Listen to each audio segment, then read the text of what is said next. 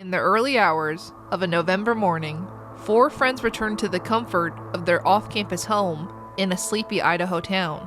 What started as a typical night full of fun, food, I think I would like the carbonara and laughter quickly turned into something unimaginable. What's wrong? She's not waking up. By sunrise, the sense of safety that surrounded their small community had been shattered. Inside the home, the lives of those 4 bright young students had been taken, while 2 other roommates survived the night. It's literally what nightmares are made of. The boogeyman comes and snatches you out of your bedroom. You think it happens to other people? I'm telling you, if it can happen to us, it can happen to anybody. What do? You can't do a damn thing. The quiet town of Moscow, Idaho, was suddenly thrown into the center of a mystery that left residents shaken as the entire country watched. We cannot say that there's no threat to the community. We do not have a suspect at this time, and that individual is still out there. I don't know how you catch a criminal if you don't even know what you're looking for. Weeks later, a student from a neighboring college town would be arrested for the crime. His arrest would only spark more questions, as Bryan Kohberger appeared to be a total stranger, leaving no explanation as to why he targeted Madison Mogen, Xana Kernodle, Kaylee Goncalves, and Ethan Chapin that morning. This day of court is not just for him, it's for everybody. We have some breaking news. Bryan Kohberger has accepted a plea deal. Just before his trial was set to begin, Bryan confessed to the killings. Did you kill and murder Madison Mogen, Kaylee Goncalves, Xana Kernodle, Ethan Chapin? Yes. Shocking the nation and dividing the victims' families over how the case ended. I think it's justice. Families that have been already through the most horrific thing they could ever imagine. This is anything but justice. I apologize to my daughter. I'm sorry, Kaylee. With his fate now sealed away behind bars, one question still stands above the rest. What would drive him to kill 4 innocent people he didn't even know inside their own home?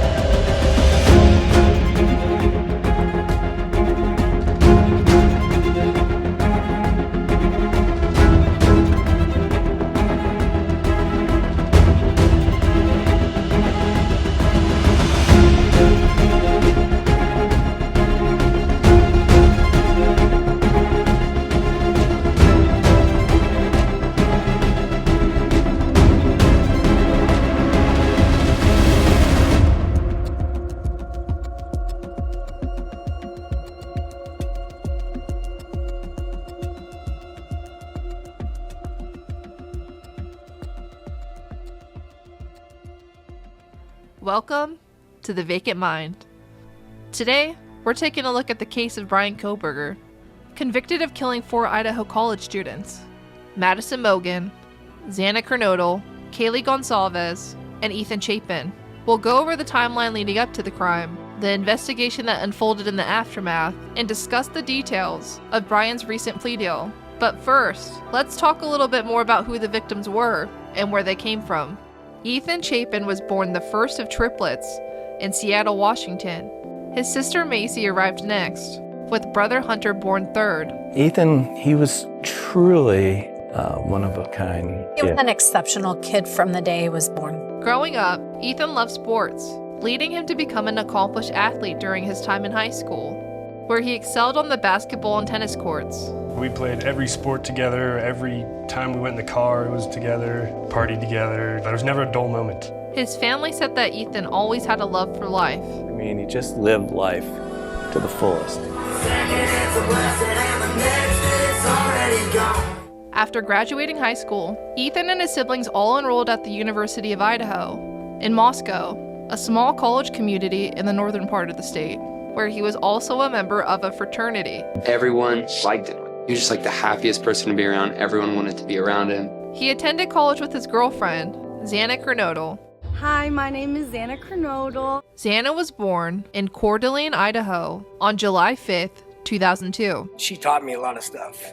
She taught me how to be a dad. She grew up in Post Falls, Idaho, and was a talented gymnast and all-around athlete through school, participating in volleyball, track, and soccer. Her friends and family remember her as so positive, funny, and loved by everyone who met her. Xana was such a light in my life and so many others. She was so positive and lighthearted and understood the gift of life more than anyone I know. Not a lot of people possess that kind of talent to be able to light up a room like she did. I think you can see from her TikToks, you know, just how funny she was.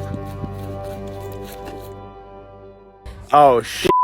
After graduating high school, Xana enrolled at the University of Idaho, where she also joined a sorority. She was in her junior year and working on getting a degree in marketing. I love it at the University of Idaho. I'm hanging out with my friends all the time and being super involved in school events. Sometime during college, Xana started dating Ethan, who she had been friends with for a while. By the summer of 2022, she had begun spending much of her time with his family. Friends and classmates remembered Ethan and Xana as a loving couple who brought out the best in each other. Indians, tonight we steal the moon! Supporting one another through the ups and downs of college life. They were always so happy, and the way she would talk and smile about him was something I've never seen her do before. They had something so special, and everyone around them knew. Him and Xana were just like the most perfect couple you can imagine.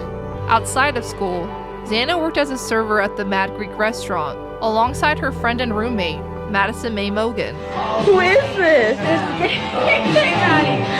Madison, who went by Maddie, was born on May 25th, 2001, in Eugene, Oregon. Madison was a great baby. I'm not going to say it was. Madison is absolutely amazing and always has been. Maddie's family remembers her for her offbeat and hilarious sense of humor that always kept people laughing and smiling.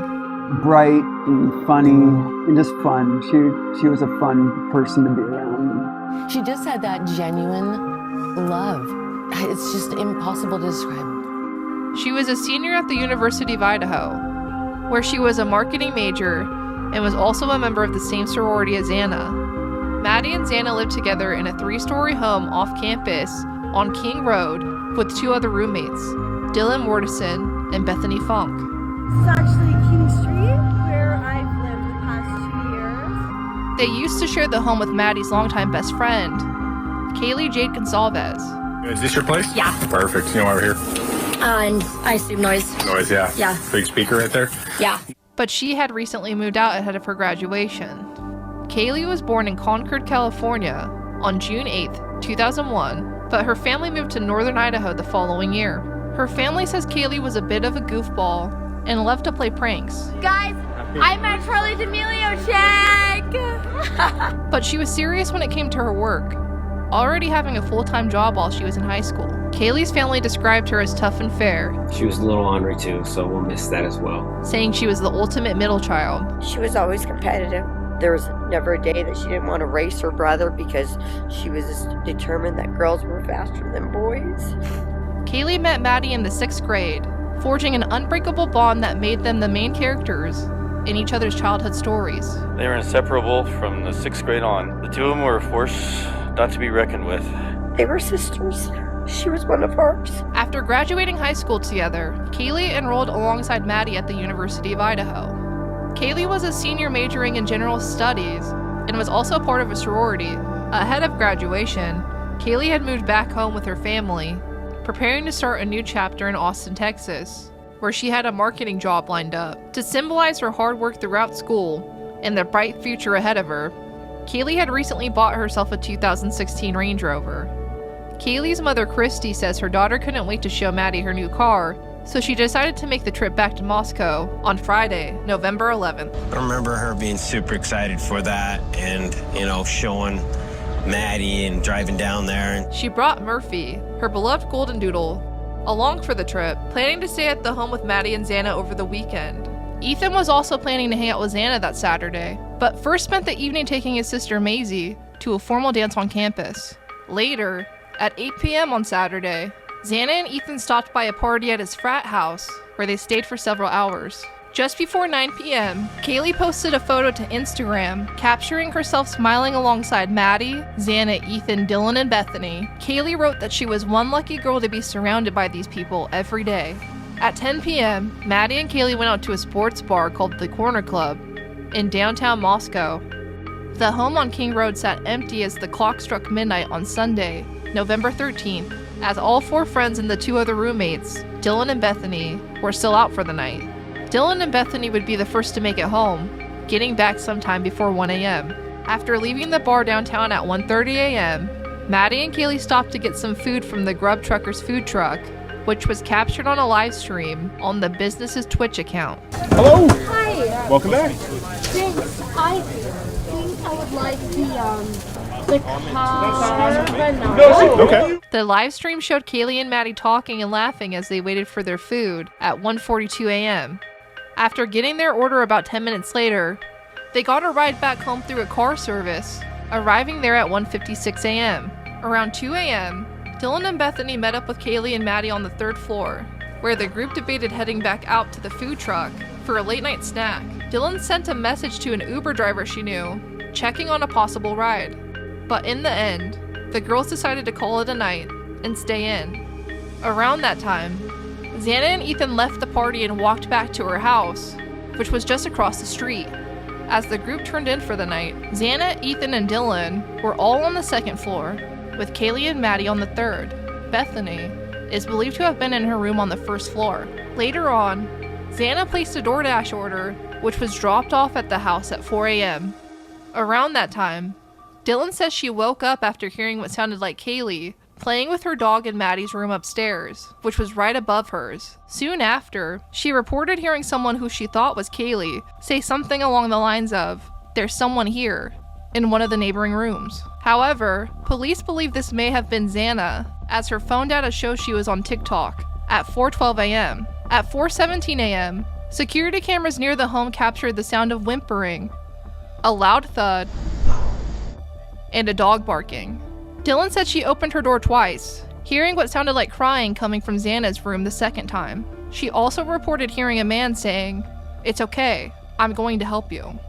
When she opened her door a 3rd time, she told police she saw a man, dressed head to toe in black, with a mask covering his mouth. She described the man as around 5 feet 10 inches, athletically built, with bushy eyebrows. She told police that she stood frozen in shock as the stranger walked past her room and left the home through the sliding glass door in the kitchen, which led back out to the patio. She quickly went back into her room and locked the door. Dylan has never explained why she didn't call 911, but a gag order placed on the case by a judge ahead of the trial had previously blocked witnesses from that night from speaking out. At 4:22 a.m., Dylan texted Bethany, raising the alarm after she couldn't get a hold of the other roommates, and describing the man she had seen in black clothing. "No one is answering," Dylan wrote.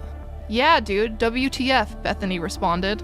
Xana was wearing all black, Bethany added, seeming to imply that could have been who Dylan saw.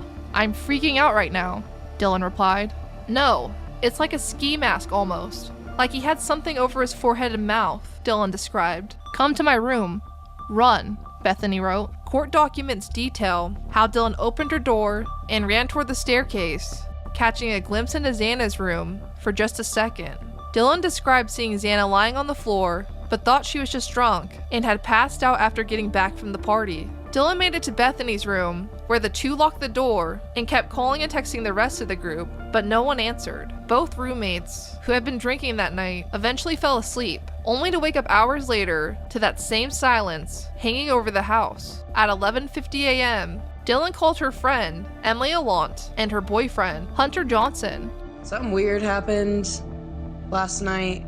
I don't really know if I was dreaming or not, but I'm really scared. Asking them to come over and check out the upstairs rooms. Hunter and Emily met Dylan and Bethany on the first floor before heading upstairs. I would say as soon as you get there, you know something's wrong. Once on the second floor, Hunter grabbed a knife from the kitchen, unsure what might be waiting behind the bedroom doors. Hunter led the way over to Xana's room, finding that her door was still slightly cracked open. He pushed it open to find Xana lying face up on the floor with blood around her, while Ethan laid unresponsive in her bed, facing the wall. Shaken, Hunter quickly rushed everyone away from the room and outside of the home, wanting to protect them from the traumatic scene, telling them he had found Xana and Ethan unresponsive in the room, but not mentioning the blood he had seen. At 11:56 a.m., Bethany placed the call to 911. 911 location of your emergency. Something is happening. Something's happening in our house. We don't know what. What is the address of the emergency? 1122.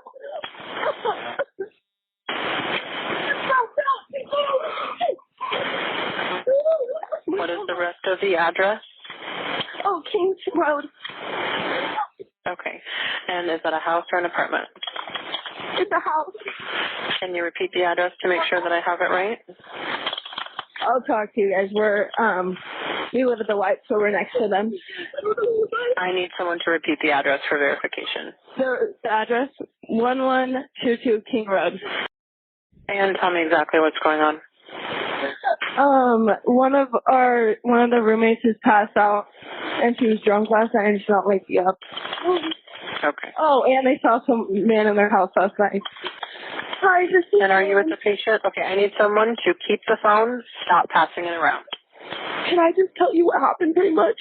What is going on currently? Is someone passed out right now? I don't really know, but pretty much at 4 a.m. Okay, I need to know what's going on right now if someone is passed out. Can you find that out? Yeah, I'll come. Come on, Bethany, you gotta go check. But we have to. Is she passed out?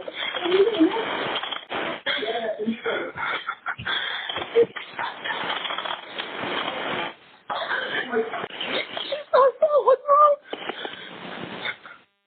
She's not waking up. Okay, one moment. I'm getting help started that way. Okay, thank you.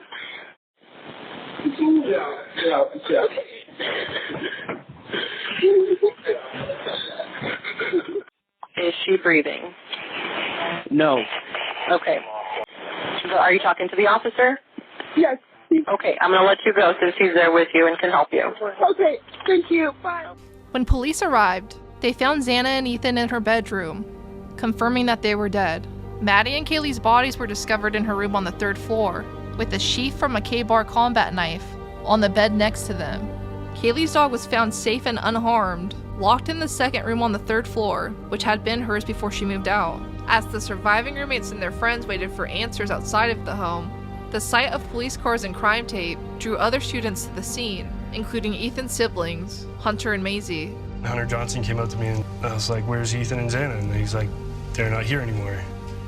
So like, "What do you mean they're not here anymore?" He's like, "I think they were murdered last night." At 2 p.m., the University of Idaho sent out an alert to all students, informing them of the homicides and urging them to shelter in place. Until investigators determined that there was no longer an active threat. Authorities did not reveal, though, how the students died. Now, this afternoon, when we talked to the coroner, she described a gruesome crime scene. The coroner's report found that all 4 victims were stabbed multiple times with a large knife, suffering fatal blows to the chest and upper body. And there was no sign of sexual assault. Police believe the suspect had used the K-bar knife to attack the victims, carrying out the crime sometime between 4 a.m., when Xana's DoorDash order was dropped off, and 4:20 a.m., when Dylan encountered the masked man in the hallway. The attack began in Maddie's room, where both girls were asleep in the bed. The suspect left the room, along with the knife sheath by Maddie's body, before heading downstairs, where he crossed paths with Xana, attacking her before moving on to Ethan, who was still asleep in her bed. The 4 were stabbed multiple times. Some had defensive wounds. Xana's father later confirmed that she was found with deep cuts on her hands. She went down fighting. I believe so. It's upsetting to think about. Kaylee's parents shared that she also fought back against her attacker. Yeah, there's evidence to show that she awakened and tried to get out of that situation. But the layout of the room left her with no clear way to escape. The way the bed was set up is what... She was trapped. She was trapped. She was struck in the face. Her nose was broken. The blows that he delivered to her would have killed her. If the knife wounds hadn't, the blows would have? Yeah. After leaving through the sliding glass door in the kitchen, detectives believed he got into his car and drove away from the home. The knife that was used in the attacks has never been found. Officers quickly ruled out a robbery or a burglary after they didn't find anything missing from the home or any damage. At first, authorities weren't sure if they were dealing with one suspect or more. Is it possible there's more than one suspect? It certainly is possible. Wondering how anyone could kill the 4 victims without waking up the other roommates. I think this person went in very methodical. I think he was quick, was quiet, and he got in and he got out. Police did not find any evidence of someone forcing their way into the home, leading them to believe it had been a targeted attack. And how can you say it's a targeted attack if you don't have a suspect? Like I said, we take the totality of the situation with everything that comes in. At this time, I'm not going to expand upon that. Police kept quiet about the knife sheath, not wanting to tip off the suspect that a crucial piece of evidence had been left behind. Single source male DNA was found on the snap of that sheath, as well as blood from both Kaylee and Madison and other trace evidence. While also keeping the families and the public in the dark about a possible link to the killer. We've told the public very clearly from the beginning that we believe it was a targeted attack. You're going to have to trust us on that at this point because we're not going to release why we think that. Law enforcement is kind of throwing around this term targeted, but we don't know what that means. It was a very popular house, so I know for a fact that people who weren't necessarily roommates of the house did have that code.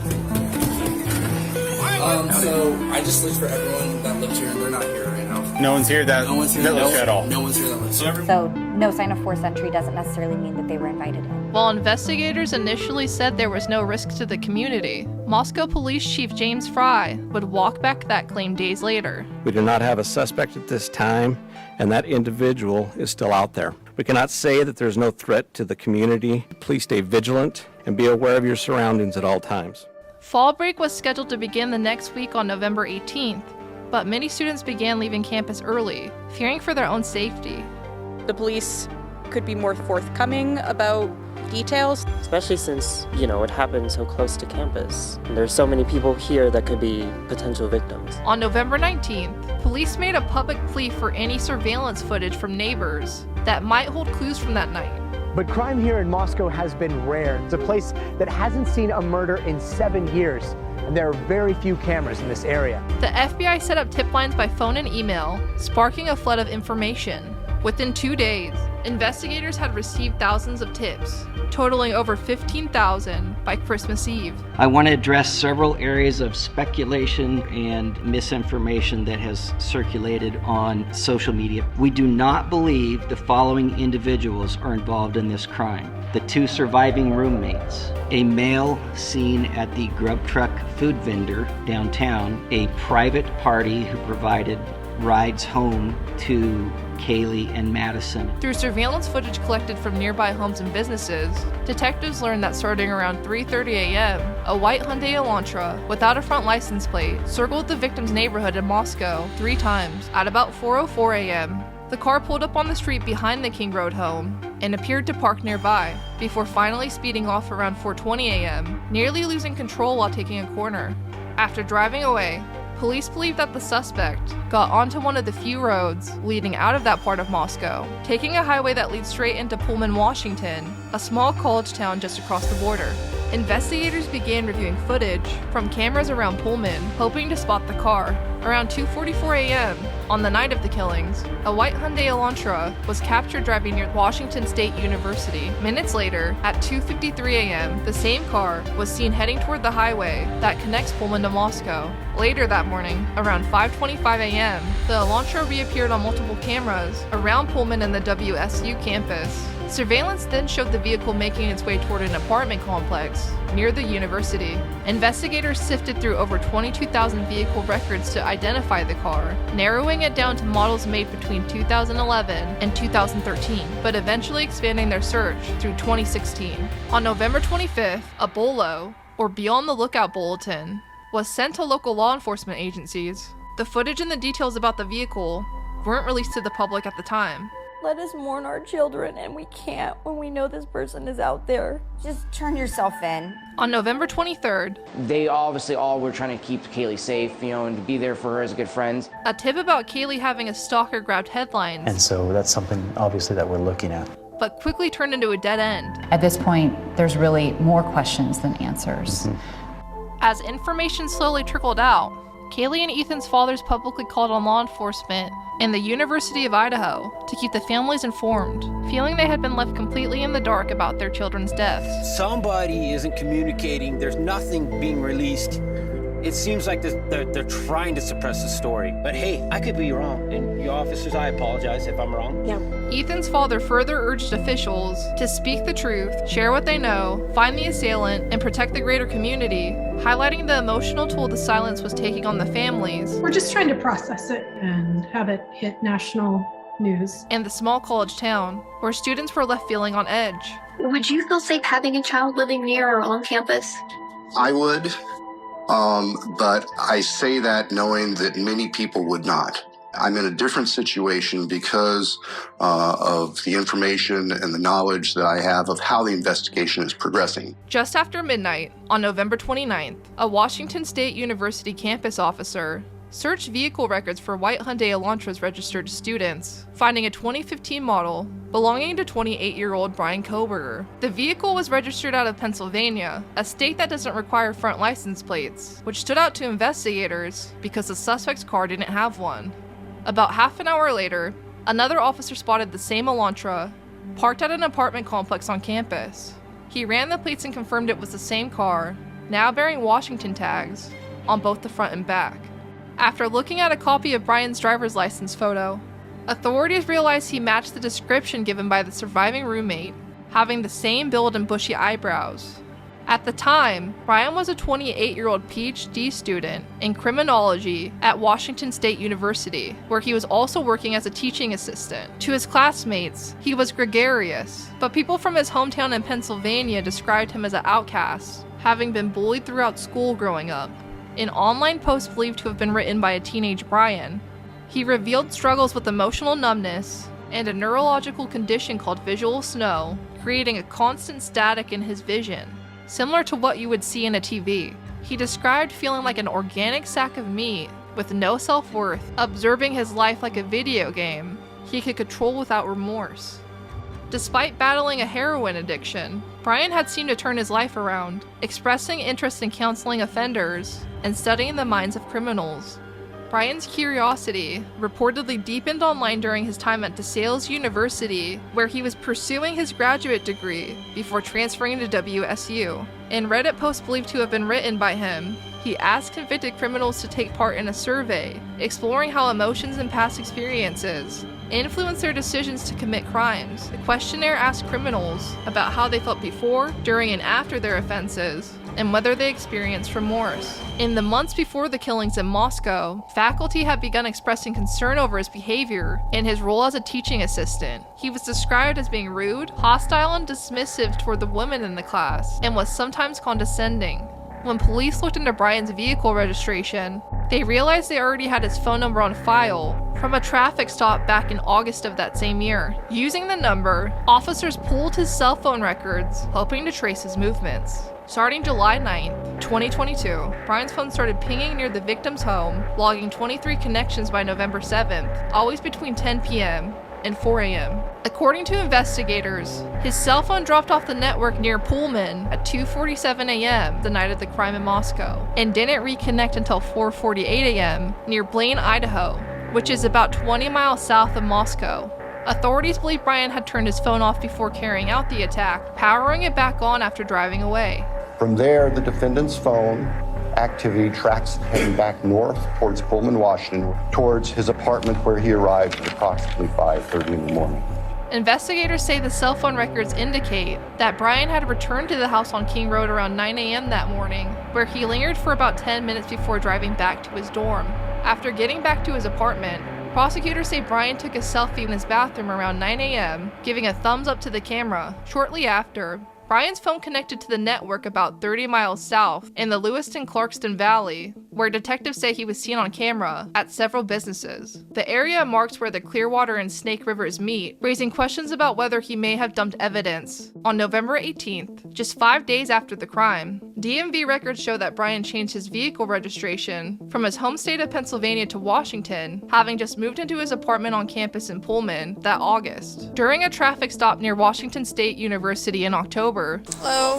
An officer's body camera captured Bryan's Pennsylvania registration, showing that it was set to expire on November 30th, 2022. The same footage revealed that Bryan had changed his insurance information in July of that year, listing the address of his apartment in Pullman. He had also been issued a Washington driver's license, replacing his Pennsylvania one. Prosecutors would later theorize that Bryan carried out the killings just before his vehicle registration expired, believing he could quietly update it in a new state, along with the rest of his identifiable information after the crime, without raising suspicion.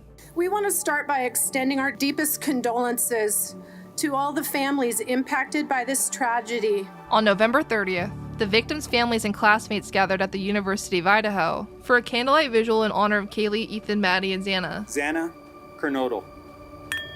It's hard that we are without these 4 beautiful kids with us tonight. Ethan Chapin.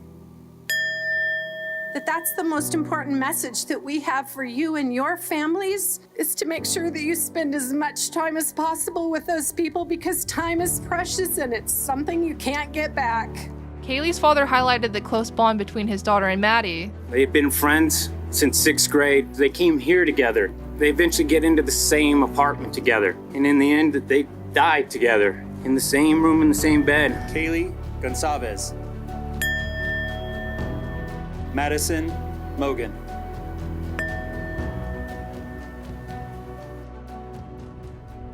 Today's update is the first descriptive tip that we've received in several days. Detectives now want to speak with anyone who was inside a white Hyundai Elantra that was near this home on King Road. On December 7th, authorities released surveillance footage of the vehicle to the public, asking for any additional information. Thanks to these tips and leads, we know that vehicle was there. So the occupant is someone we want to talk to. While not mentioning that Bryan had been identified as a potential suspect. Down about the white car from a press release. Yes. Did they send you the press release? No. As weeks went by with no arrests, the families in the entire community grew increasingly anxious for answers. It's been more than a month and there's not even any suspect information that's been released. While police remain tight-lipped, quietly zeroing in on their suspect. Law enforcement at this point had been accessing information about him. We're trying to find him. Bryan left Washington for the holiday break, driving his car back to his parents' home in the Pocono Mountains of Pennsylvania. His father flew out to Washington just to make the drive back with him.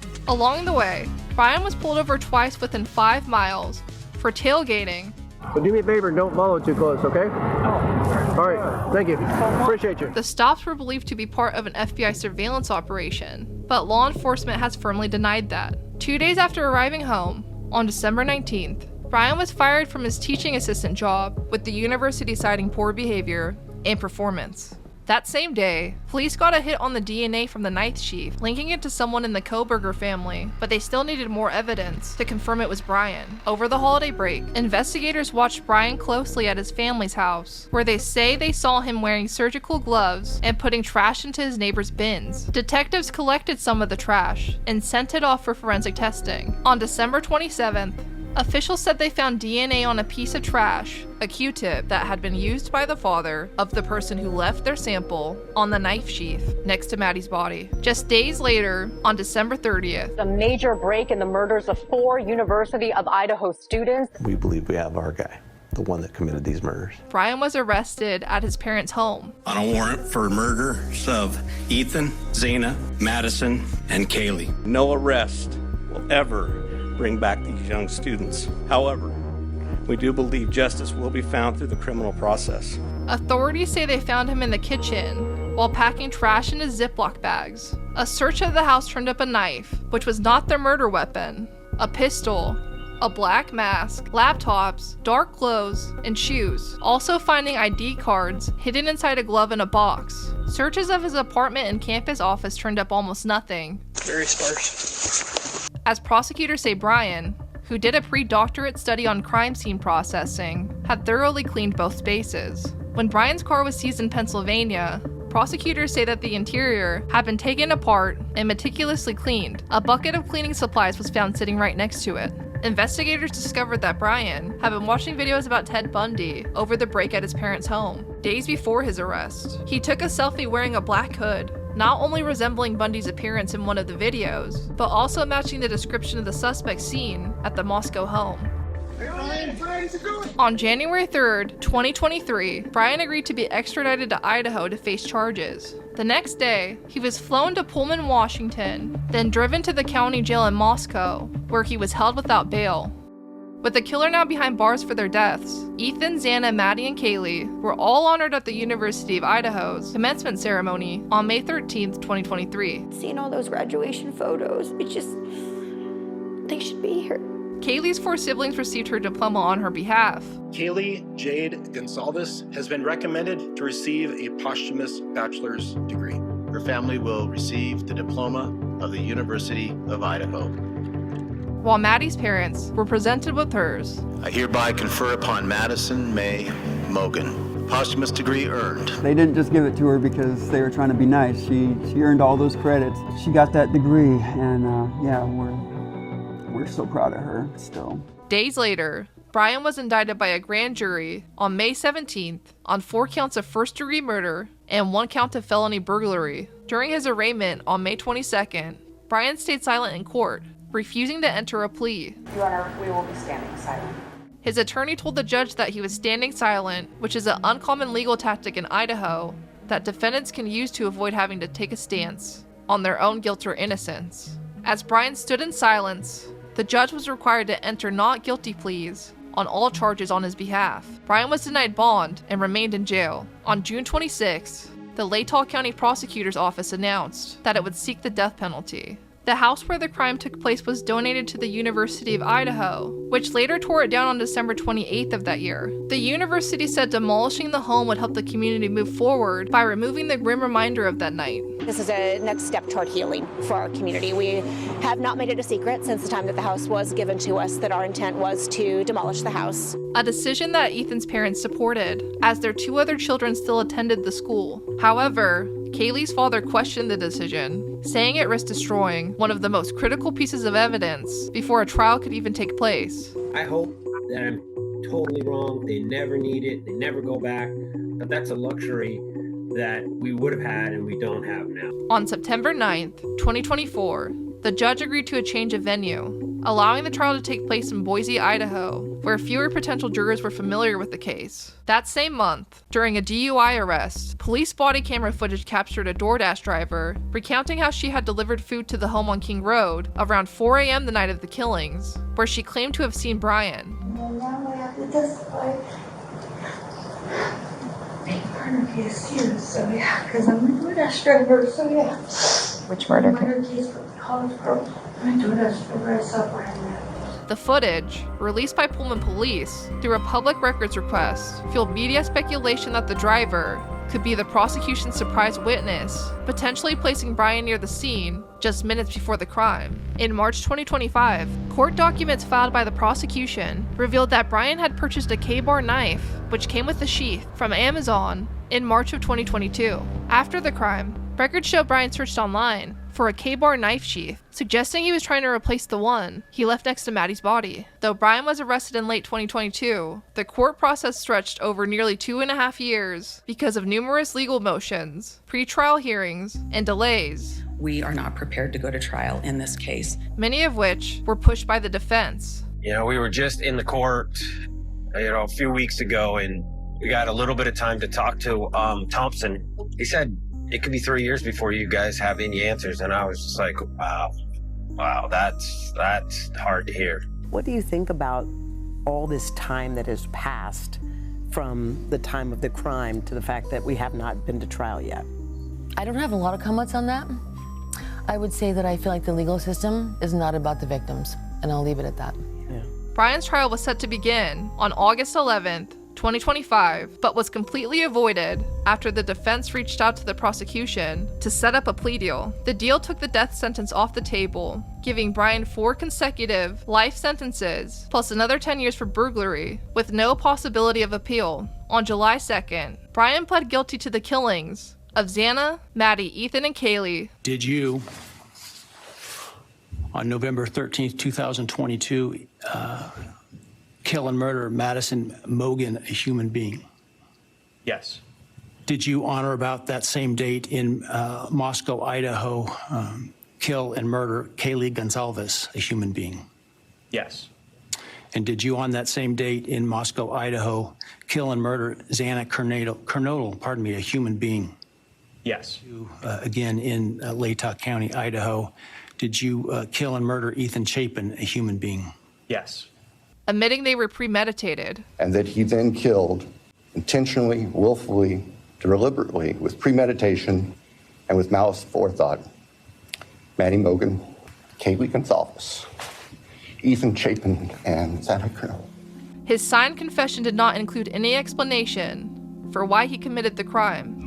The question everybody wants answered is why. An Amazon Prime documentary, released after Bryan's conviction, explores a theory that he was inspired by Elliot Rodger, the self-proclaimed incel who killed 6 people and injured 14 others during a 2014 rampage around a small college town near UC Santa Barbara. Rodger had expressed a desire to walk into a sorority house and kill every girl he saw, but was unable to get inside during the attack. Classmates say Bryan studied Rodger's case during his criminology coursework. Experts have noted parallels in the cases, not just in the victims, but in the quiet resentment they believe may have been building beneath the surface for both killers. They're just 2 girls that were always happy, always filming. I think maybe he just seen that happiness and there's something in him that was jealous of the fact that 2 people could love each other and be like the best friends. You know, got him thinking about, well, why do they have this great life and I don't? Bryan is set to be sentenced on July 23rd, 2025, where the judge will determine the final terms of his punishment. His plea deal prevents any increase to his life sentences, allowing only a possible reduction at the judge's discretion. In the aftermath of the plea deal, Ethan's mother and Maddie's parents expressed support for the agreement. I really don't care what happens to the guy. He's off the streets and he can't hurt any more kids. Saying it finally gave their families a chance at some much-needed closure. You don't have to torture families that have been already through the most horrific thing they could ever imagine. After a long and painful wait. 962 days ago, we lost our Maddie. We are grateful to the prosecutor, Bill Thompson. Thank you for all your dedicated, diligent, and tireless commitment to justice and the successful outcome reached today. We support the plea agreement 100%. Xana's father voiced disappointment, saying he felt the deal didn't truly hold Bryan accountable. Kaylee's father strongly opposed the plea deal. Steve, did your opinion of the Latah County prosecutor change after hearing him lay out the case that he would have presented? No. Just furthermore, he had the strongest case, and it was a case given to him by the FBI agent, and he just let it slip through his fingers. And urged prosecutors to seek the death penalty. I'm sorry, Kaylee.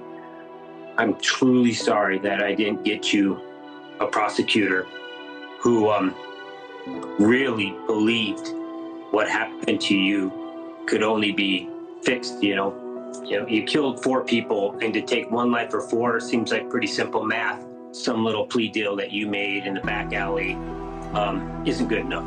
It's not good enough. Her father, Steve, said that even though Bryan would be locked up for the rest of his days, he would still get to live, unlike Kaylee and the others. While the families might not agree on the legal outcome, they remain united in honoring Maddie, Xana, Kaylee, and Ethan for the lives they lived, not just how they were taken. He's not important other than what he did and being held accountable. Maddie May Day was created by her parents as a way to honor her legacy of kindness. We just wanted to have her birthday, May 25th, be a day that we celebrate and that makes people's lives better in the name of Maddie May. The day encourages people to spread joy through random acts of compassion. The event is hosted in part by the Made with Kindness Foundation, a nonprofit created in honor of Maddie and Kaylee by close family friends. I want people to remember the beautiful souls that they were. Everybody who knew Maddie and Kaylee just knew they were just like sparks of energy and just beautiful inside and out. The foundation also honors Xana through its programs, which provide scholarships. It's going to be really fun to be part of the scholarship committee,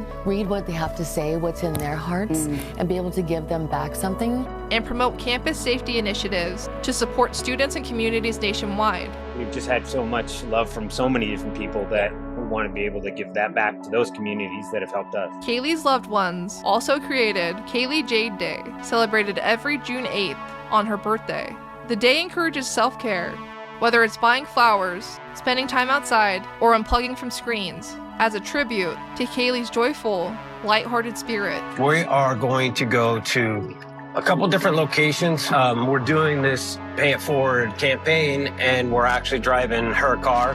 Her sister welcomed a baby girl with the middle name Maddie Kay. Obviously, Maddie Kay is after Maddie and Kaylee. Kaylee's niece recently met Murphy, her beloved golden doodle, now living with her ex-boyfriend, with whom she shared custody. Xana's family established the Xana Kernodle Scholarship Endowment at the University of Idaho, a permanent fund supporting students who share her love of learning and commitment to the community. Xana's family matched initial donations to help get it off the ground. Ethan's family started the Ethan Smile Foundation, a nonprofit that awards college scholarships to students. The foundation helps fund the scholarships by selling the Smile Tulip Bulb Blend, created in his honor. We've created something that is good, that Ethan would love. He loved people, he loved a great adventure, and he was inclusive. His mother, Stacy, wrote the children's book, The Boy Who Wore Blue, sharing his story of kindness and acceptance. This tale, the story of the boy who wore blue, is a message for everyone, including you. Life is short, so give it your best. Be happy, smile, and encourage the rest. In 2023, Ethan's brother Hunter became the first recipient of the Ethan Chapin Memorial Scholarship, created by his fraternity brothers and family to honor his memory and support students. And that's $5,000 to a Sigma Chi every single year, which is incredible. I don't think there's a better way to honor Ethan than to just help some more people. The following year, a memorial garden was created on campus at the University of Idaho in honor of Xana, Ethan, Maddie, and Kaylee. While life can be short, no vandal is alone nor forgotten. Do more of what you love to honor Kaylee. Spread that love with random acts of kindness for Maddie. Be silly and do something spontaneous and fun to honor Xana, and tell stories with an abundance of laughter to live life like Ethan. Filled with plants and peaceful walkways, the garden serves as a place where their spirit and legacy continue to inspire kindness, resilience, and community connection. Their names are there. They're never going anywhere. These lasting tributes will help ensure their memories are kept alive, reflecting the light each of them brought into the world. I think just like living our lives like Xana would want us to. I know that she would want us to talk about the life that she lived and to be her voice right now. The memories that we shared, we don't do it lightly because they are very private memories, and sometimes it feels like I'm giving away a part of them. But I do it for the importance to realize how great of a loss it is. I miss him every single day. And I always will. His truck is still downstairs. Yeah, his Jeep is here. I talk to him every day. When I'm cleaning this Jeep, I constantly have a conversation. I know he can see it. Do you wake up some mornings and wonder if it's all real? It's been 2 years. It's real, and faith is really the basis of how you get up every morning when you have a loss this deep. It's not easy. Just gotta keep going, you know? Bryan Kohberger will spend the rest of his life behind bars for taking their lives, but the answers many hoped would come with his guilty plea never did. The question of why he targeted Madison Mogen, Xana Kernodle, Kaylee Goncalves, and Ethan Chapin still lingers, with no clear explanation. And with not all the victims' family in agreement over the plea deal, it raises another difficult question. Was justice truly served when not everybody feels that it was? For some, the plea deal offered a path toward closure after a long and painful court process. For others, it left unanswered questions and a sense of loss that can't be erased by a life sentence, or even 4. What happened inside the house on King Road that night may never fully be revealed, the details locked away with the silent killer. But despite the unclear details of their deaths, the legacies of Kaylee, Ethan, Xana, and Maddie live on, carried by those who loved them most during their time on Earth.